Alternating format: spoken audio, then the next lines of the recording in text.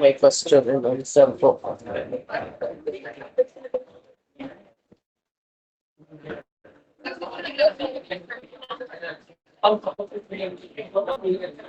O yun, school bar yun. Malinaw pa mata niya, sir. Hindi po, ako na pagtanggalin ko lang.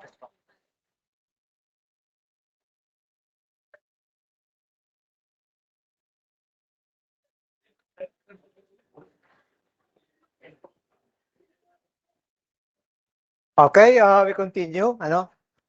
So, hello. Hello. Nawawala yung hi. Okay. We proceed to the next mode of procurement, which mainly actually, aside from dating shopping, became the favorite of many procuring entities. Ano? So we have this small value procurement. Wala siyang pinagbago except for the threshold. Ano? Hello?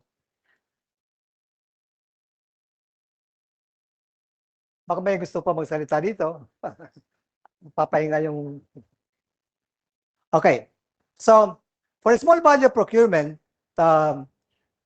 there's actually a change in the threshold. Ano? Now, from 1 million, naging 2 million siya, no?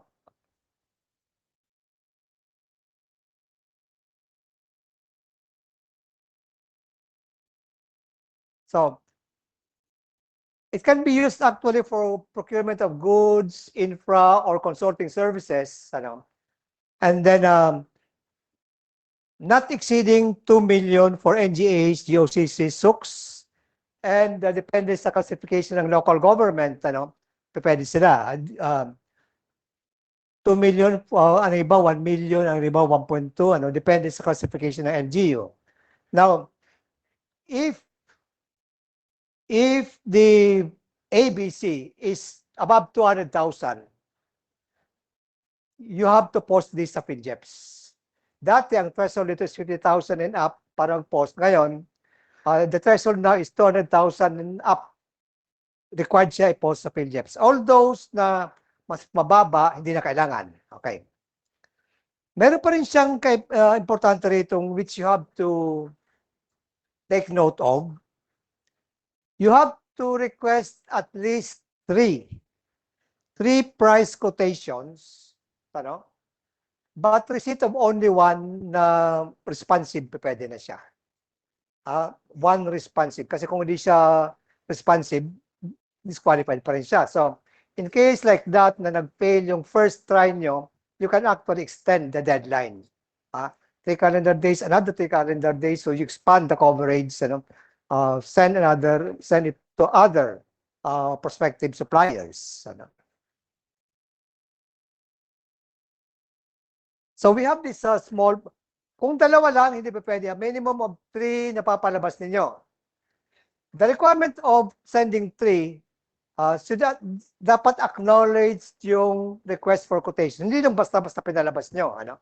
Because it might be na yung ibang tamad, ibibigay sa isa, iiwan doon, bahala ka na niyang gawin yung para maging 3. Hindi pa pwede yun. All the 3 separate RFQs, request for quotation, should be duly acknowledged and signed by the respective suppliers. Ano? Kung ayaw ng dalawang ibalik, okay lang. Isa lang bumalik na responsive, pwede na siya. Okay. So, the process is this. Submit request for small value procurement to BAC. Post RFQ request for proposals for 3 calendar days, except if amount is 200,000 or lower. Send RFQ to at least 3 suppliers. Conduct pre-bid conference at discretion. Remember, 2 million siya, malaki na rin siya. Especially if the item is complex, the project is complex, there might be a need for you to conduct a pre-bid conference. Ano? Especially for equipment na medyo mahal. Ano? For you to actually come up with a fair or say specifications which would actually not be biased or say tailor-fitted to a particular supplier. So conduct pre-bid conference at the discretion of BAC if it feels that there's a need to clarify some issues with the prospective bidders. Then, if no price quotations is received, you extend the deadline for submission. 3 calendar days lang naman yan. Then, once you receive the quotations, prepare an abstract of quotations. BAC recommends award of contract of Hope. Hope enters into contract with winning suppliers. Remember na ito, the suppliers for this pwedeng off the shelf lang ito, or say readily available or can be delivered within specified time frames. Yeah. Knowledge check. Baka bukas kasama ito sa bibigay ni... An agency posted a request for quotation under small value procurement and received only one quotation by the deadline. What should the agency do? A, cancel the procurement and repost the request. B, proceed with the evaluation if the quotation is responsive and within the approved budget. Or C, wait for at least 2 more quotations. B, at least you know kung ano dapat. Dati, pinag-aawayan nito, shopping versus small value. Kasi sa shopping noon, although na-abolish na siya, palabas ng 3, dapat 3 bumalik. Small value, palabas ng 3, kahit isang bumalik pa pwede na. So, ganun yan. As long as it is responsive. Kaya rin, wala na yung shopping. Okay. Then we have this. Ito yung negotiated procurement ang pinakamaraming modalities. Marami pa rin carried over, marami pa rin nalagdag, maraming bago dito. So let's take it individually. The more important thing here is the procuring entity directly negotiates contract with technically, legally, and financially capable supplier, contractor, or consultant. And under this, we have different modalities. We have 1, 2, 3, 4, 5, 6, 7, 8, 9, 10, 11, 12, 13, 14, 15. Actually, 15 yan. May dalawang nadagdag na bago. Yung negotiated procurement sa GIPSACA and the negotiated procurement sa international events. Okay.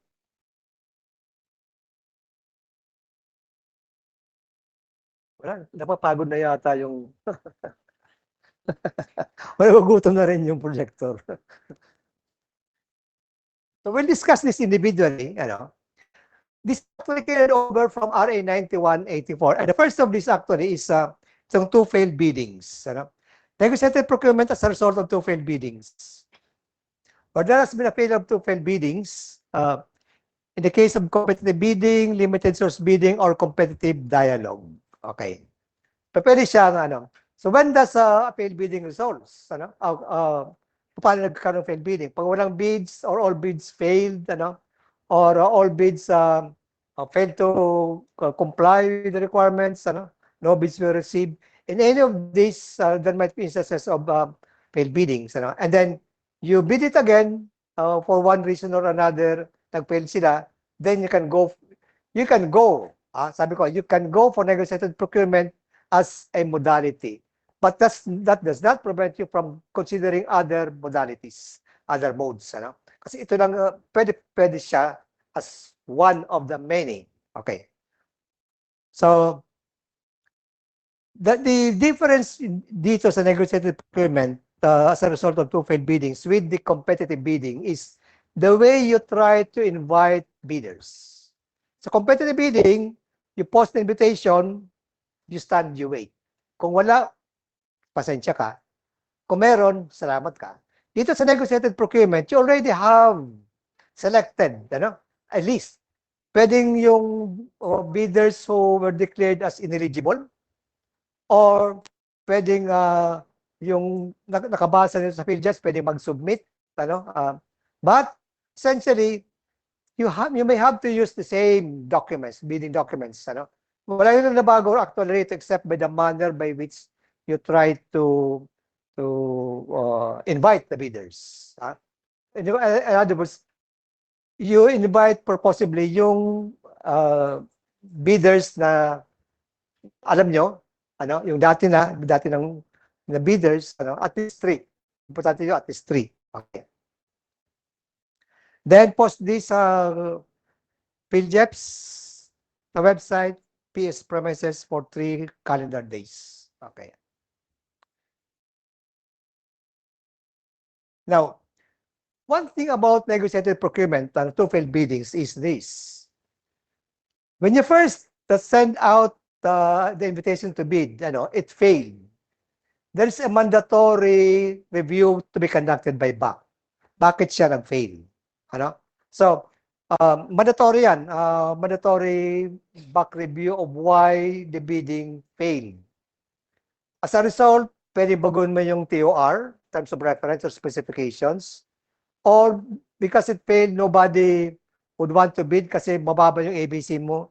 You can actually increase it by as much as 20% over the previous bid, or other terms and conditions which you feel would be reason enough kung bakit nag-fail ito and you want to address them. And then have it posted again for the second bidding.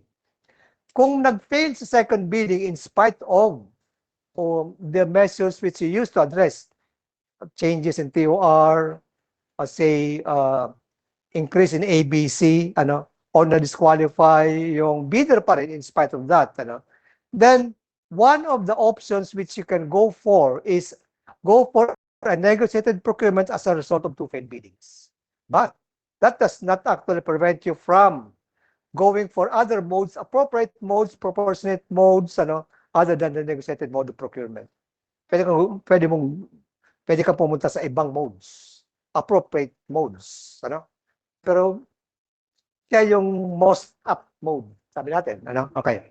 Negotiated procurement as a result of two-failed biddings. Okay. Then the second second instance where you can use negotiated procurement is under emergency cases.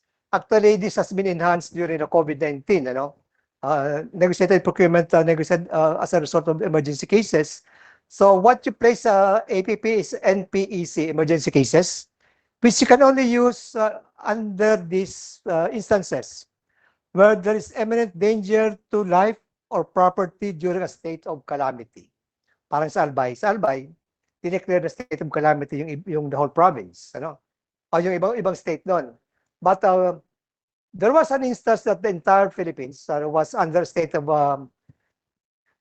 calamity or emergency because of the energy crisis. Di ba? So, under those instances, yun ang prerequisite dyan for you to be able to use this negotiated procurement mode. Or time is of the essence arising from natural or man-made calamities. In other words, dapat agarang response to. You don't have the luxury of time. So dapat yung response you procure based on this modality negotiated procurement. And then on the third would be you have this immediate action is necessary to prevent damage to or loss of property, restore vital public service, infrastructure facilities, and other public utilities. Agad-agaran yan. Restoration of infra. Importante yan. So you don't dili-dali dito. Agaran action dyan. Make use of negotiated procurement and may cuts all dito. Ito yung bago actually. Ito yung it may include provisions of immediate response and initial recovery steps to avoid loss of life, injury, disease, and other negative effects. So ito yung bago sa negotiated procurement emergency case. Aside from the 3, cuts all provision actually siya. So immediate response, importante dyan. Applicable sa goods, infra, or consulting services. And let's take a look at this. Ito bago actually ito. As a result of an executive order, procurement during energy emergency. Emergency pa rin siya. No? It's actually the newest case natin ngayon. And you can actually make use of a negotiated procurement under this case. So we have this. It's under an EO 110, declaring a state of national energy emergency. Okay? And it aims to ensure continuous and stable supply of fuel, activate a whole of government approach, and then, of course, monitor and manage distribution of medicine, fuel, and so on. To allow faster and coordinated government action, enable measures such as fuel procurement, and mobilize agencies to protect consumers at critical sectors. But it does not equate to unrestricted buying. May conditions pa rin siya. It's fast action, not a free pass. So you act fast, follow the law, because when EO 110 calls for urgent measures but within existing legal framework, RA 12-009 remains in force and continues to govern procurement. So in other words, speed must go hand in hand with compliance. As always, no plan, no procurement. You still have this market scoping so that you can have a realistic ABC. So it includes, when you come up with market scoping, you consider inflation, cost trends, holding, logistic cost, delivery conditions.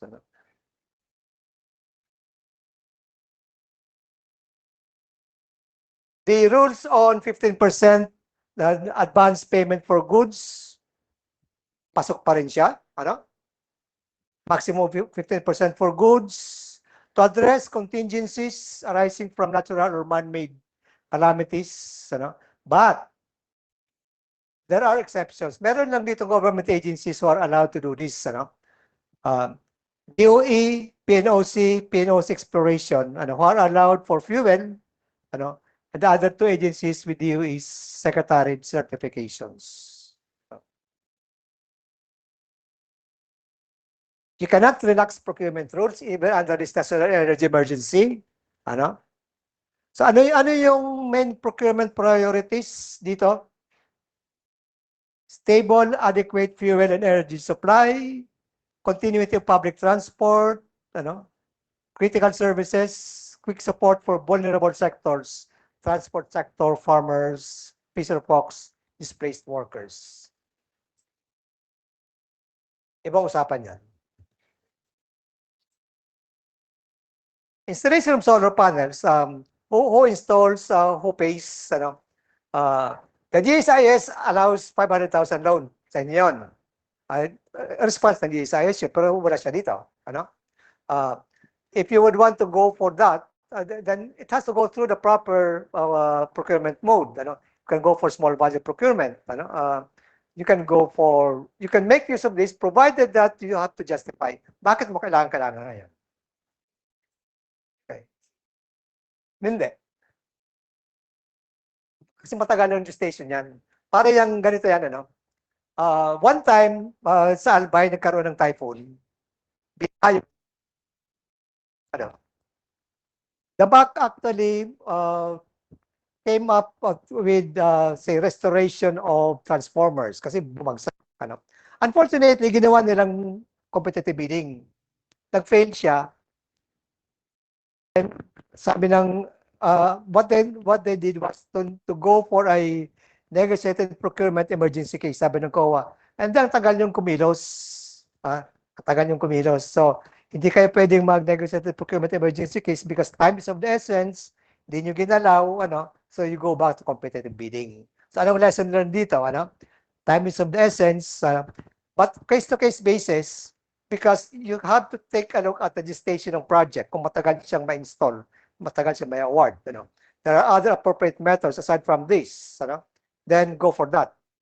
Kasi dito, may mga specific requirements yung emergency cases. if you can justify na to ensure stable and adequate energy supply, then depende sa inyo. Come up with a proposal, but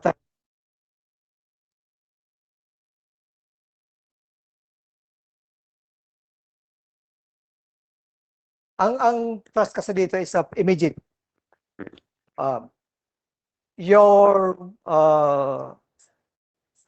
Yung solar panels, yung actually, marami yan, maraming kailangan dyan. Ang lalabas is infra. So, medyo may katagalan ng kanyan. Ano gusto niyo? Yung personal, madali lang.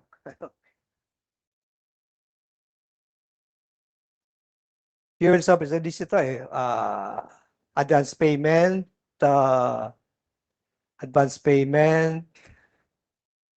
payment yan Okay.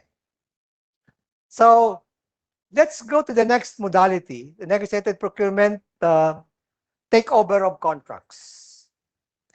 There are instances the projects might have problems. It might actually result to project termination. And whenever that happens, the contract, the project would go on as originally planned. Then you can go for a negotiated procurement takeover of contracts. So you try to resort to this when contract which was previously awarded through competitive bidding, competitive dialogue, limited source bidding, or small value procurement, na bago na actually small value procurement, inclusion siya, has been rescinded or terminated for cause. Because you will know under what instances can a project be terminated. And when those projects are terminated, then you can go for this as one of the modes, or you can go for other appropriate modalities pa rin. Okay. Where immediate action is necessary to prevent damage to or loss of life or property or restore vital public service, infra, and other public utilities. Okay. But unfortunately, you have to comply with all of these. Marami yan. The original contract was awarded through competitive mode, competitive bidding, competitive dialogue. New contract has related scope of work or terms of reference. Bakit ba yung sinag-usapan natin? Takeover of contracts to. Yung next pala rito is negotiated procurement adjacent or contiguous. Ito yung similar o malapit. Sabi natin, project is phase 1 or phase 2, halimbawa, ganun yun. So, or magkatabi ng project. So, you can go for negotiated procurement adjacent or contiguous for ongoing, for projects which meet these conditions. First, the original contract was awarded through competitive mode. Yan yung original. Halimbawa, this building, merong ongoing dito, under this one, management wanted to have another construction na katabi, or say, phase 2 of this construction, so you can go for this. Kasi adjacent or contiguous. Similar scope of work within contractors, consultants, capacity. So may computation ng NFCC yan. Then submission of SMCC, NFCC pickup license, which covers combined project value. Marami itong requirements. Same or lower unit prices, less mobilization kasi andyan na siya. Ginamit mo lang yung dating contractor, parang continuation ng dating ng project niya, kasi similar project to. Contract amount does not exceed the original. The more important thing is there's no delay or slippage with the current project. In other words, on time siya. No slippage. Negotiation starts before the original contract ends. In other words, bago matapos yung current project na hawak ng contractor, dapat you can enter into negotiation under negotiated procurement adjacent or contiguous project. Ano?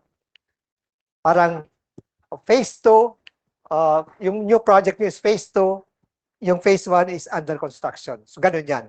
That's the simplest explanation. Utilize the same contractor but following the conditions. This is only good for infra and consulting. Yung sa goods, hindi pa pwedeng adjacent or contiguous dyan. Ano? Then we have this agency to agency. In other words, wala kang, hindi mo pwede, wala kakayahan, ano? But there is another agency which has the mandate and absorptive capacity to undertake the project. Ano? In other words, yung isang agency has the mandate, and absorptive capacity to undertake the project. The procuring entity has validated the above na ito, meron siyang mandate. Yung servicing agency owns or has access to the tools and equipment. Ikaw wala, ano? Bawal ng subcontracting. For procurement of infra, servicing agency must have a track record of having completed or supervised a project by admin or by contract similar to with a cost of at least 50%. In other words, may experience na yung servicing agency. Hindi ito bago. Ano? Actually, there are existing cases dito, parang yung kayo, or say LGU, ano? Requesting DPWH to do the procurement para sa kanila, ano? Also to do the project, ano? So it's the DPWH who actually conducts. Meron siya, ano? Also LGU, there are many LGU who have the capability and equipment to undertake infra projects. So pwede yun. Agency to agency projects. So we have this process. Kukuha ka ng certificate from relevant officer. And then back recommends kung pwede. Then Hope enters into a MOA with servicing agency. So one agency with another agency. Now, it used to be na yung procurement of common supplies and equipment is under an agency to agency. Kasi DBMPS, your agency. But under RN 1200, may bagong guidelines for procurement of CSA. So technically, NPA2A pa rin siya, pero it follows a separate guideline, set of guidelines. Ano? Okay.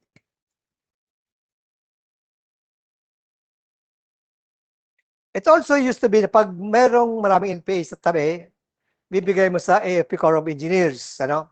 Pero wala na 'yon. Iba ng usapan ngayon because yung infra projects undertaken through the AFP Corps of Engineers is now governed by separate guidelines, ano?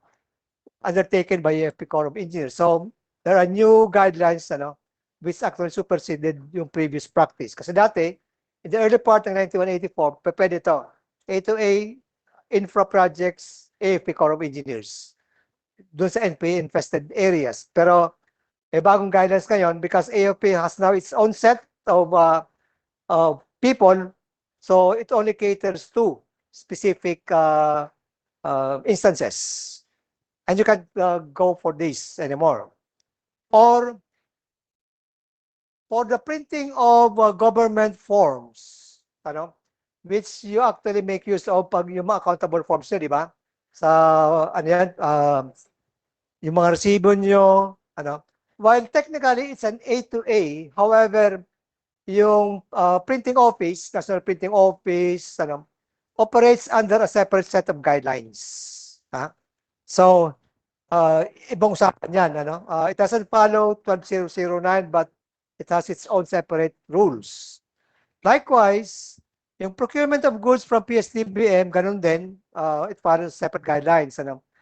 When you pay your, say, sabi natin sa LTO or GSIS, They are governed by separate guidelines, kahit ito agency pa rin, but yung mga service fees doon are covered by a different set of guidelines. Technically, hindi sila covered ng RA 12009 but under their respective charters and guidelines. Ano?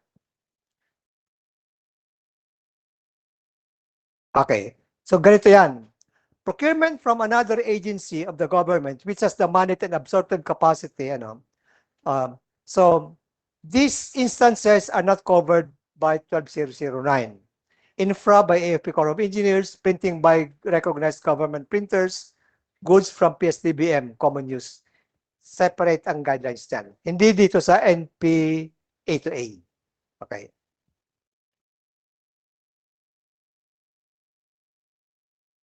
Then we have this, to address the specific needs of schools, research institutions, we have this negotiated procurement for the procurement of scientific, scholarly, or artistic work, exclusive technology, and media services. So, ang classic example dito is, say, anniversaries, or say, special events, you may want to hire artists, singers, poets, so, or say, work of art, commission work or services, you go for this,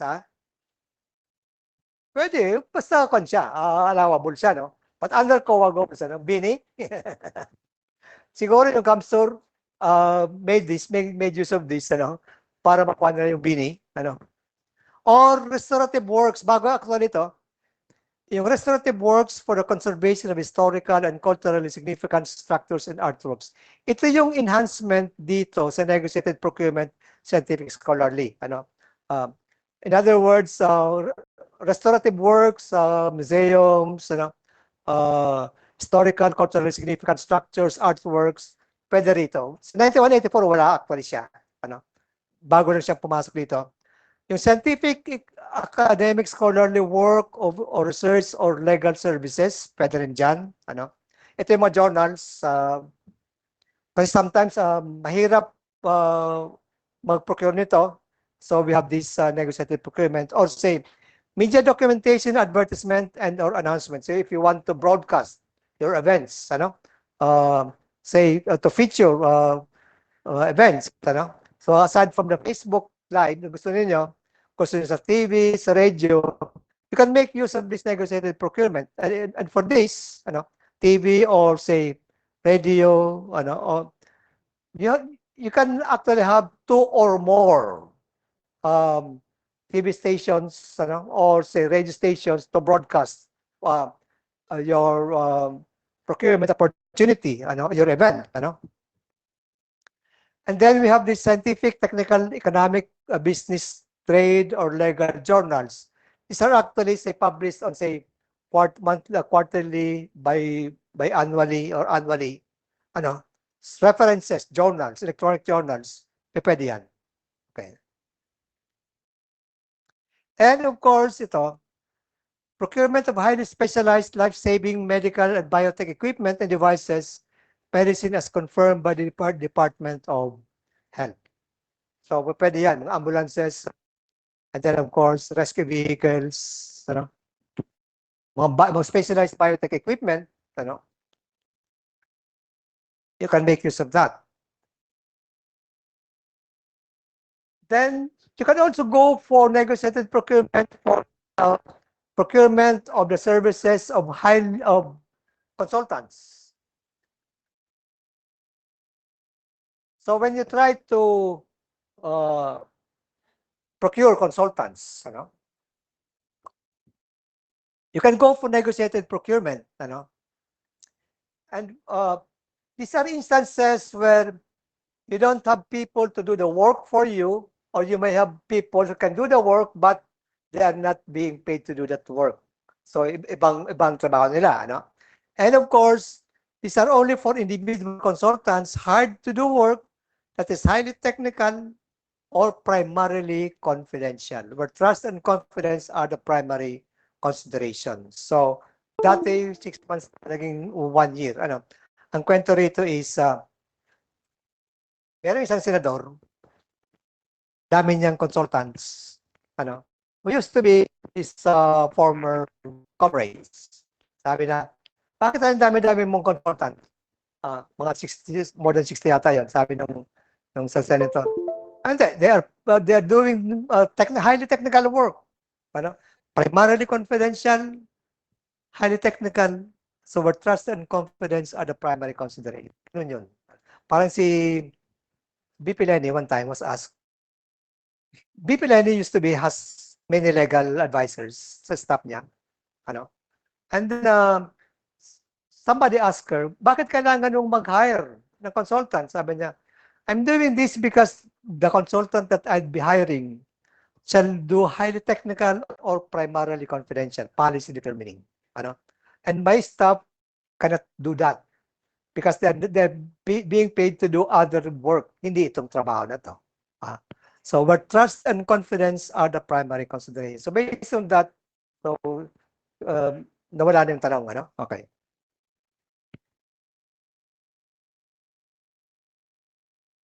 Wala. Ano nangyari? Okay. Then you have this for defense, wala naman kayong defense related. So let's do away with this. This negotiated procurement is only for security and defense related agencies. In other words, defense equipment or material or defense related consultancy services. Okay. Manual mo na lang.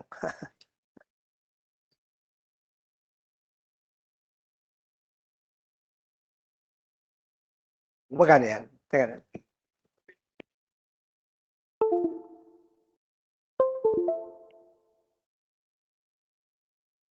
So,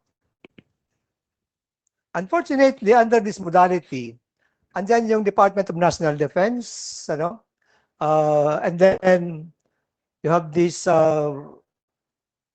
limitation that is, it would only be for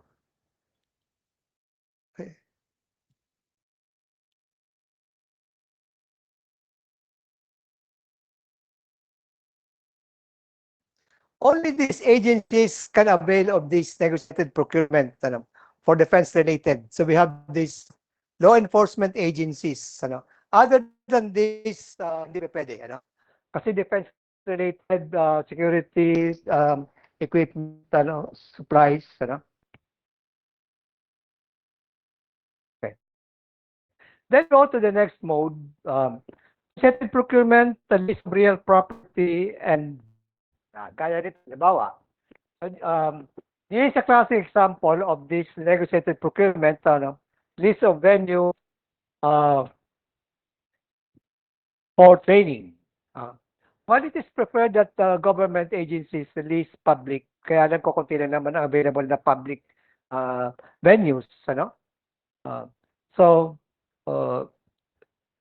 it's actually the end user who justifies that the same is more efficient and economical.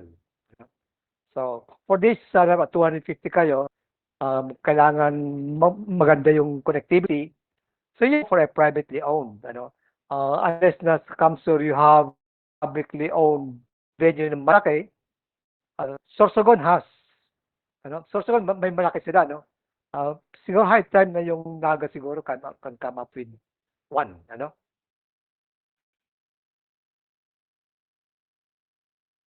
Now, in this list of real property and venue, go back to the guidelines under RA 9184, yung a certain annex there, which provides you with the factors which you can use in evaluating venues.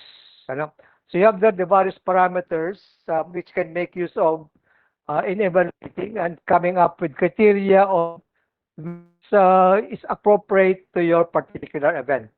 Then you can just put the corresponding percentage there, and then compare one venue with another. Kasi it's end user provided specifications yan, based from that guidelines, factors, factors on leasing of venues. Go back to yung handbook sa 1984, meron doon, and from that you can make use of this, Okay. Wala nang pinagbago actually dyan, ano. But of course, you have to justify why you have to resort to this because it doesn't prevent you, of course, from resorting to competitive bidding. Ang problem with competitive bidding is there might be venues outside of your preferred. Kasi preference to, you know. It's user preference ang ginagamit dyan. Okay. So wala masyadong nabago dyan actually. Ito. So we have this knowledge check on this venue. BAC issued a request for quotations to 5 hotels. Parang ganito. For the list of venue under negotiated procurement. By the deadline, only 1 hotel submitted a compliant quotation. Can the BAC proceed with the procurement? Letter A, no, because at least 3 quotations are required. Letter B, yes, if the quotation is responsive and within the ABC. Letter C, no, unless prior approval is granted by the GPBB. Or D, yes, but only after reposting the RFQ. Tatlong pinadala, isa lang ang bumalik. Ha? If the quotation is responsive and within the ABC, sigurado kayo? The same sa small value procurement, tatlong pinalabas, isang bumalik. Ganon din yan, ano? Provided the quotation is responsive and within the ABC. Okay.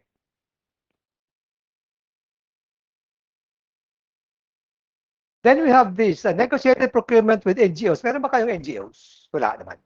Actually, if you remember, for those of you who are a little bit older, if you remember the Napoles case, kilala niyo si Napoles?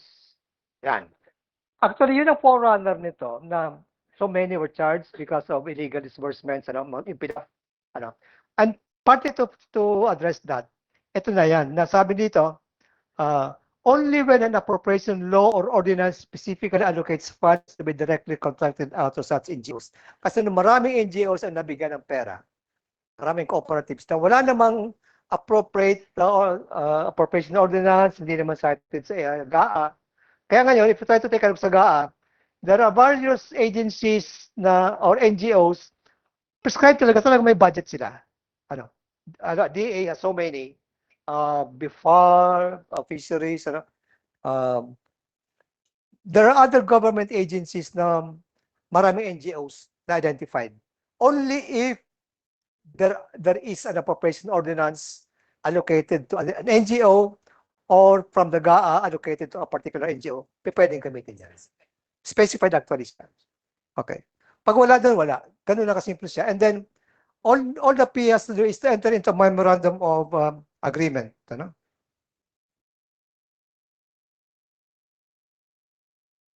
Kung pag meron siyang pundugit sa GAA or sa, halimbawa, sabihin natin, LGU, halimbawa, identified siya, meron siyang appropriation ordinance, pwede siya. Importante lang naman is specifically allocating funds. May posting siya 3 calendar days sa website, conspicuous place. And then we have this, community participation. Meron kayo sa community participation, actually, yung feeding program nyo, di ba? Yung school feeding program. Actually, under NPCP yon, community participation. Actually, halimbawa, yung procurement of milk, di ba? Yun, under this also, sa community participation siya. And the essence of this is ito, it involves people in the community to sustain the project outputs and achieve intended outcomes, empowerment of local communities, and improving their economic, environmental, and social well-being. Actually, sa Davao and other provinces sa Mindanao, they're using this to maintain the various barangay roads. So, mga cooperatives yan, contracted out sila para dyan. DSW is also using this para sa EPAP. Yung para sa enhanced poverty alleviation. So EPAP programs nila, they're using this community participation para dyan. Ano? So in other words, it can make use of organized and unorganized groups, organized para co-ops, registered sila. Yung unorganized, yung mga itong mga sa tabi-tabi, labor, yan, okay. And pwede silang gumawa nito, ito yung mga projects na pwedeng undertake. Direct procurement of goods from local farmers and fisher folks, okay. Separate ito sa sagip-saka. Simple infra projects, critical for sustenance and livelihood. Essentially, social, economic, and operational link with community lives, construction of drainage, footbridges, protection walls, resource centers, and so on. These are small infra projects na pwedeng gawin.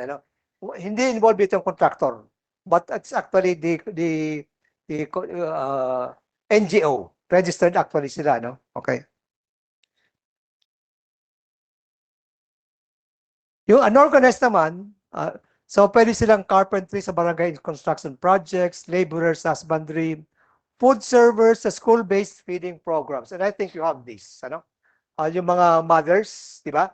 So they're being contracted out. Some schools contract this out as food servers or say as cooks, food preparations, service providers in social welfare projects and other similar or related works in community-based projects. Okay. So, simple lang naman actually siya. Identify projects, conduct market scoping to determine availability of CFG, prepare technical specifications, prepare project requirements. May threshold actually ito. So, may threshold ang NPCP na for goods, the ABC should not exceed 5 M. For simple infra, 5 million. For labor-only contract, that's 1.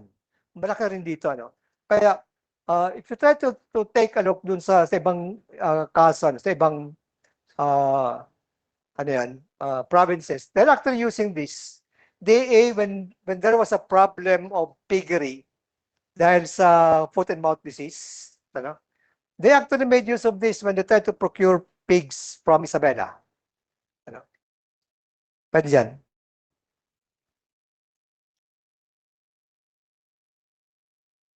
Then we have this new, the NPCP and NPSS.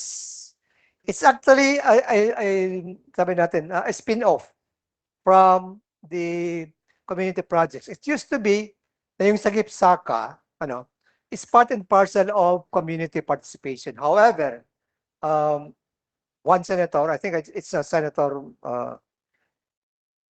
sino sa DA secretary ngayon, si Kiko, butted that a closer study be made on this RA, and it's resulted actually to this spin-off negotiated procurement sa Sagip-Saka, which actually became effective last October 2025. And of course, it deals with these cooperatives. It actually deals with cooperatives and who are registered sa DA list, So it includes this yung masustansyang pagkain para sa Batang Pilipino Act, similar programs, so in other words, you make use of this sa APP and your PPMP, and then the important thing here is ito, the suppliers should be accredited dito sa FIFIDES, Farmers and Fisher Folk Enterprise, and then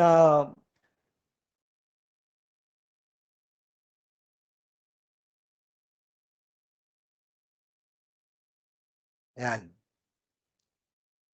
So, any of these accredited CSOs, RSBSA, Registered System for Basic Sector Agriculture, fishery registrations na National Coconut Farmers, or any DA-approved registry. Ano? One thing about this negotiated procurement is it has no threshold. Yung community participation, may threshold na 5 million sa goods, infra, 1 million sa consulting. Dito wala. Open-ended actually ito, and exempted from posting or of performance security and warranty security. In other words, it is a direct procurement from DA registered. If the procuring entity procures from those na hindi registered, it might actually make use of the negotiated procurement community participation. Ito very explicit dito na procurement from NGOs, cooperatives, duly registered with the FIFIDES, ano? Or DA registry. Ano?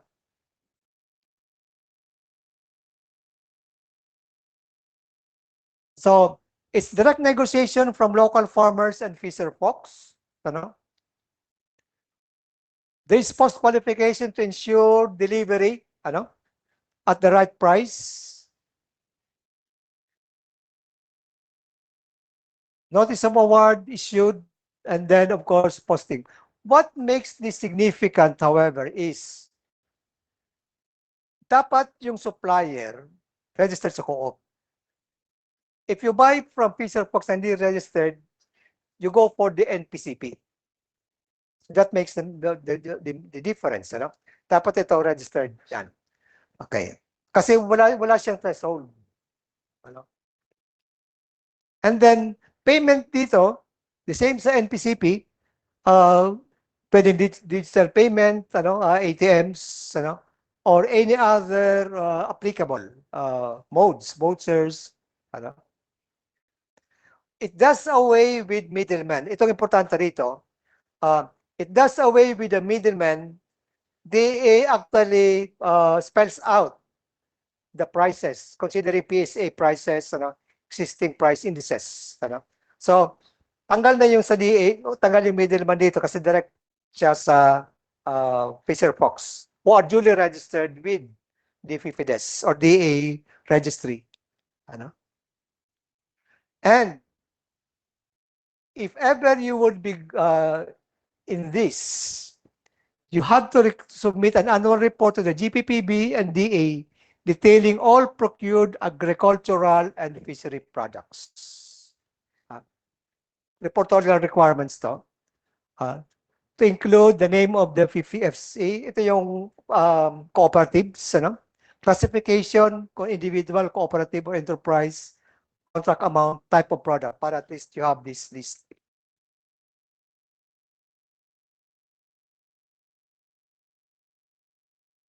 And then you have UN agencies, of course, for off-the-shelf goods for education and health, specialized products where number of suppliers is limited, such as vaccines, goods, and consulting services involving advanced technologies or goods for critical public health priorities. Bago din ito, inclusion din actually ito, ano, sa goods for critical public health priorities. Cuts all actually siya. Ano? Na if there's a thing, anything needed, ano, for critical public health priorities, then you can make use of this. It's actually the UH who has this, ano, who makes use of this negotiated procurement modality. Ano?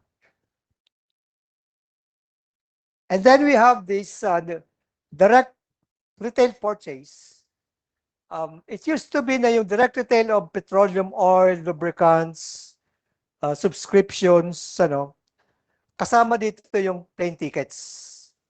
Kaya lang, yung procurement of tickets, tinanggal, pinasok sa DBMPS under the Government Fairs Agreement. Ano? Kasi, tatlo dapat yan. Tickets, petroleum oil products, online subscriptions. Direct retail siya. So, it simply means yung petroleum oil products and electronic chargers, ano? You can buy it directly sa fuel gas stations, ano, at pump prices, ano. So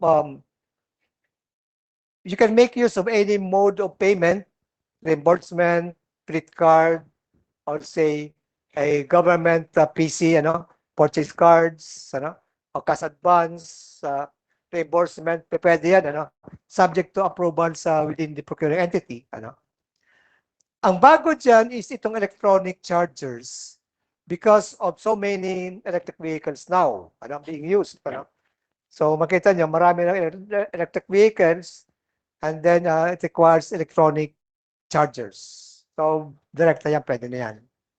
And then online subscription not available sa DBMPS. Bakit meron ganito? Kasi sa DBMPS, they actually sell Microsoft 365, and then other licenses, Zoom, I think, wala sila. But if you would want to subscribe to other to online, from online providers, yung Zoom, you cannot go for local providers. You can only do this via online. You also pay online via credit cards. So yan ang importante rito, payment online. You don't have a PO for this, but you have to justify why you have to go for an online subscription. It means there are no local service providers for this, But threshold siyang 1 million up to 5 million, And user justifies why they have to go for online. Halimbawa, yung Canva. Canva is actually a subscription. It's not procurement. It's online subscription. So, DepEd has to pay for that on a periodical basis. Depende. 1 year, 2 years, or 3 years, depende sa inyo.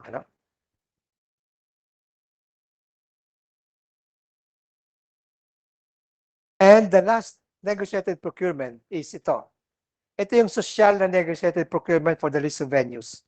Kasi yung ordinary list of venues, you can't do that. You can go for 5-star or 4-star hotels. Ito, when you want to host international events, halimbawa, DepEd would want to host international events. Then you can make use of this negotiated procurement, international events, conferences, summits, or activities hosted by the Philippine government to ensure safety and security and adhere to international obligations and diplomatic protocols. So you have list of hotels and venues, kailangan temporary offices for delegations, audiovisual and lighting systems, event management services, media relations, transportation services. So all of this, this might actually be included in the scope of services to be provided. So you can make use of this modality of negotiated procurement for international events.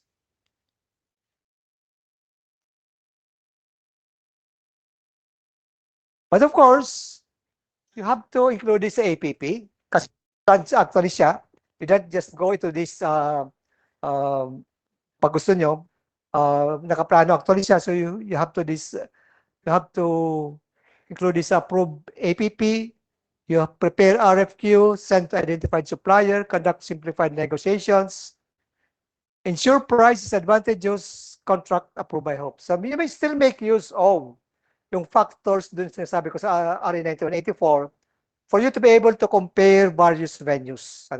Importante pa rin siya.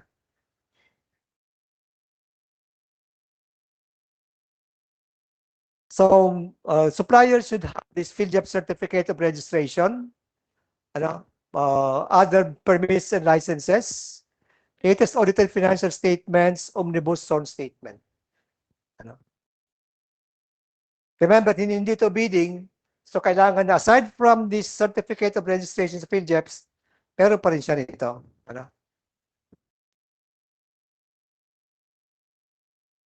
And for the procurement of common supplies and equipment, that day, it used to be the NPA, negotiated procurement agency to agency, For the procurement of common supplies and equipment, may specific provisions sa RA na you have to initially source it out from DBMPS. Okay. So you have this. All NGAs shall procure CSC only from PSDBM. So, ano yung pwede niyong bilhin doon? For those CSEs that are used repetitively or frequently sa day-to-day operation in the performance of their function. Importante yan. It's not simply a CSE, but in the performance of your functions. Kasi kung hindi naman dyan, less priority yan. Okay. Publication of the list in official gazette, makita mo niya kung kasama dyan. Pag wala dyan, then you may opt to go for another mode. And then posting of CSE in the PhilJEP's electronic catalog. So, makita nyo, kung ano yung pwedeng mong kunin sa DBMPS, nakapost sila sa catalog. Kung wala doon, hindi mo pwedeng kunin sa kanila. Okay? That's precisely why you are required to submit your APP-CSE sa DBMPS on a particular date para DBMPS would actually consider that in their procurement, and include that in their list of catalog supplies and equipment. But when it is not available from DBMPS, take note of this, please, before you go to a break. PS are authorized to procure CSE from other sources in any of the following instances.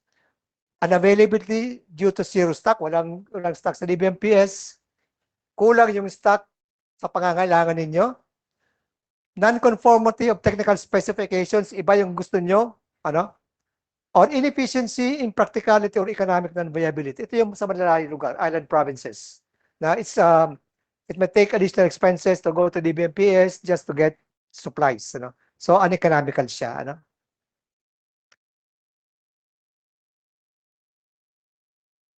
So, DBM actually identifies and reviews technical specifications for CSE. Pero kung ayaw nyo sa CSE, one tip, huwag nyo kunin yung specs ng DBMPS. Para wala doon. Okay. Expansion or reduction of the list of CSEs, pwedeng kaya rito dagdag bawas sa listahan.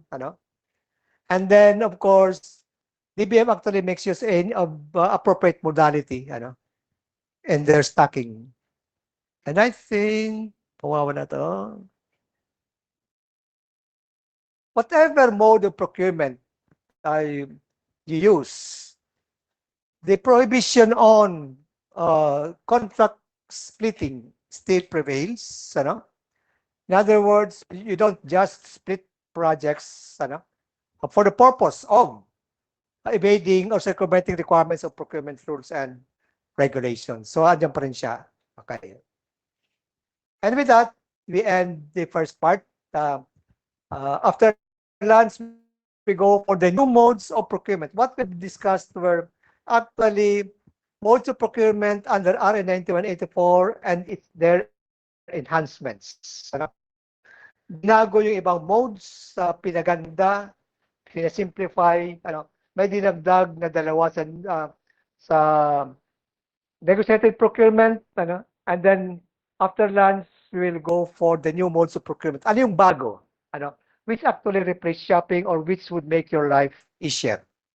So with that, thank you very much. All right, let's give a round of applause to our resource speaker, Engineer Medel Aligan. So, as mentioned, we're going to have our lunch na po and we'll resume po at exactly 1 p.m. later. So, yan po. Pwede na po tayong pumila sa ating catering sa likod.